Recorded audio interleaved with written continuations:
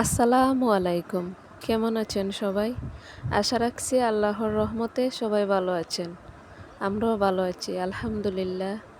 এই তো নতুন আরও একটি ভিডিও নিয়ে আমি লিপি আপনাদের মাঝে চলে আসলাম। আশা রাখছি আপনাদের ভালো লাগবে। ভালো লাগলে একটি লাইক দিবেন, কমেন্টস করবেন, আপনাদের মূল্যবান মতামত জানাবেন। এই যে আমি সকালবেলা সব কৌটা ধুয়ে দিয়েছিলাম, রোদে শুকিয়ে মশলাগুলো ঢেলে নিয়েছি।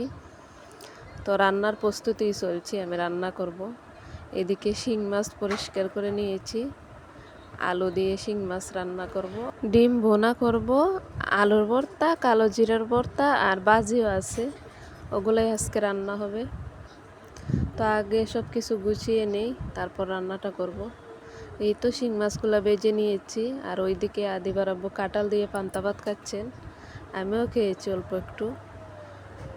তারপর আবার উনি নামাজে চলে গিয়েছিলেন, নামাজ থেকে চলে আসছেন আর আইসক্রিম নিয়ে আসছেন। কি গরম! তো আইসক্রিম খেতে ভালোই লাগছিল গরমের মধ্যে। তো আমার ভিডিওতে অনেক ভুল ত্রুটি আছে, আপনারা ক্ষমা সুন্দর দৃষ্টিতে দেখবেন। আর এই যে আমি আইসক্রিম খেয়ে নিতেছি, বাহিরে প্রচণ্ড গরম, গরমের মধ্যে রান্না করে নিয়েছি। এই তো আমার রান্না বান্না শেষ, একদিক গুছিয়ে নিলাম, রান্নাবান্না শেষ করে তারপর অন্য কাজ করব। সব কাজ রয়ে গেছে। ডিম বোনাটা খুব মজা হয়েছিল, একদম লাল লাল করে বোনা করেছি। আর 3টা ডিম সিদ্ধ করেছিলাম, একটা আদিবাকে দিয়েছি আর বাকি 2টা বোনা করে নিয়েছি। তারপর সব কিছু ডেকে রেখে তো আমি আমার কাজগুলা, হাতের কাজগুলা সেরে নেব। তারপর আদিবার সব খেলনাপাতি নিয়ে বসে গেলাম, এই সবগুলা ধুয়ে দেব, কারণ আমার ছেলে যা পায় সব মুখে ঢুকায়। তো খেলনার মধ্যে অনেক জীবাণু থাকে, তো সব খেলনা ধুয়ে রোদে শুকিয়ে নেব। খেলনাগুলো ভিজিয়ে রাখবো, প্রায় 10-15 মিনিট পরে ধুয়ে দিব। কিছু সেভলনও ঢেলে দিলাম।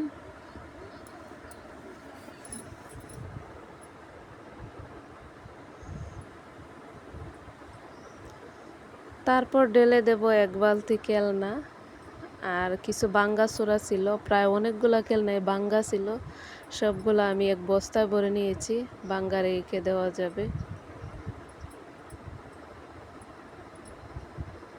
ওইগুলা তুলে পরে ওইগুলো আমি ঢেলে ধুয়ে নিব। কিছুদিন পরে পরেই আমি এই কাজগুলা করি, কারণ অনেক ময়লা হয়ে থাকে, তেলাপোকা আছে, ইঁদুর আছে, কোনটা কোন সময় কোনটা মুখ দিয়ে বলা যায় না। তারপর ওইগুলা ভিজিয়ে রেখে আমি একটা কাপ ভেঙে নিয়েছি আমার ছেলে, ওই কাপটাকে ভালো করে টেপ দিয়ে মুড়িয়ে তারপর ডাস্টবিনে ফেলবো, কারণ অনেক কুকুর বিড়াল ময়লাতে খাবার খুঁজে, ওদের মুখ কেটে যেতে পারে, তাই আমি এভাবে কোনো কিছু ভাঙলে এইভাবে ফেলে দেই। দেখলাম একটা ফড়িং বসেছে আমার কাপড়ে, তাই একটু ধরলাম, আবার ফুট করে উড়ে গেছে। এইদিকে আবার আদিবার আব্বু শরবত বানিয়ে দিচ্ছেন, আদিবাকে আমাকে। শরবত খেয়ে ওরা বাপ ছেলে চলে গেছে, ওই খালি একটা বাসা আছে, নতুন কাজ চলছে ওইটাতে খেলতে।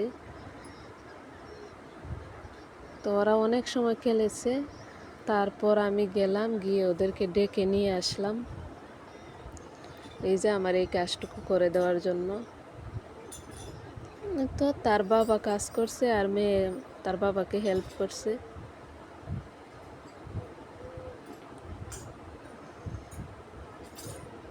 এগুলা দেখছি মানুষ জানালায় এবং দরজায় লাগায়, কিন্তু আমার তো এমন ব্যবস্থা নেই, কারণ আমি যেখানেই লাগাবো আমার ছেলে মেয়ে টেনে ছিঁড়ে ফেলবে, তাই এখানেই লাগাইলাম।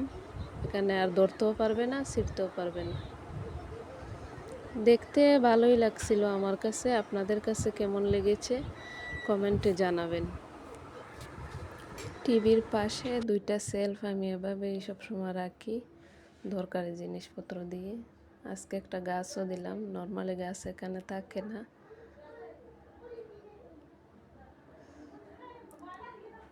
ওইদিকে আমার মেয়ে কার্টুন দেখতেছে। তারপর 4টার সময় আমরা এই যে দুপুরের খাবার খেয়েছি। দুপুরে খেয়ে অনেকটা সময় আমরা ঘুমিয়েছিলাম। তারপর চলে গিয়েছিলাম বাজারে, কাপড়ের দোকানে।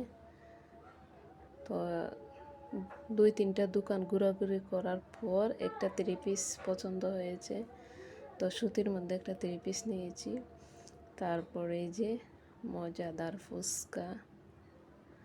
ফুচকা খেয়ে তারপর একটা কফিও খেয়ে নিলাম, দুজনে 2টা।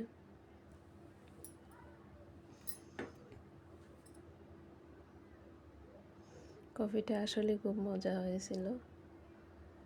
তারপর চলে গিয়েছিলাম ফার্মেসিতে ওষুধ কিনতে, তো আমার জন্য ওষুধও কিনা হয়ে গেল।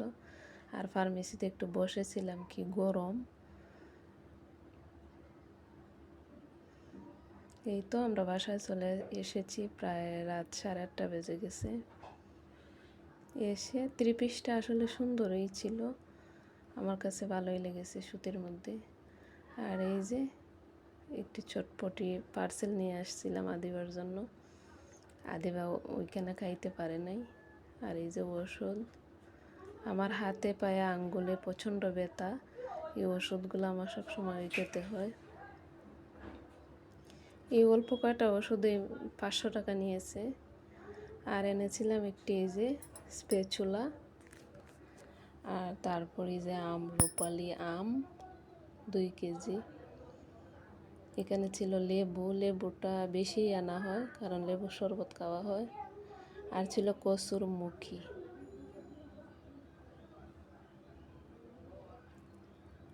ওইগুলোই এনেছিলাম আজকে।